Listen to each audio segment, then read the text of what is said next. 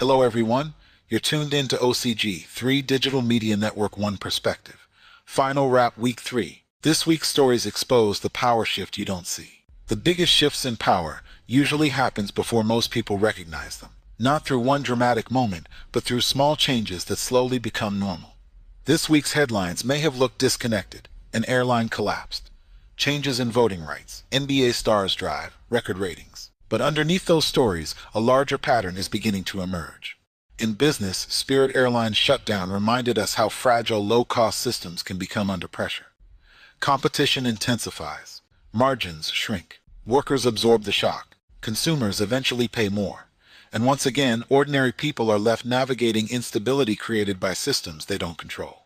In politics, new Supreme Court decisions continue to reshape the structure around voting rights and electoral power. Supporters call it constitutional interpretation. Critics call it democratic erosion. But regardless of ideology, the rules of participation are quietly changing. And the most important shifts in democracy often happen gradually, long before the public fully understands the consequences.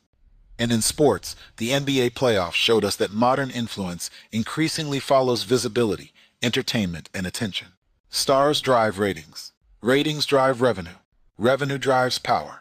What happens on the court now shapes global media, business strategy, and cultural influence far beyond the game itself.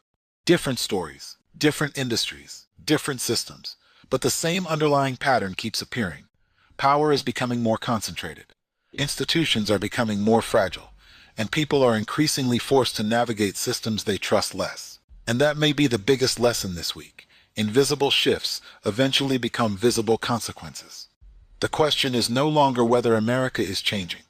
The question is, what is it changing into? A stronger democracy? A more fragile one? A country driven by participation or by influence and control? Because the future rarely arrives all at once. It arrives gradually until suddenly it feels normal.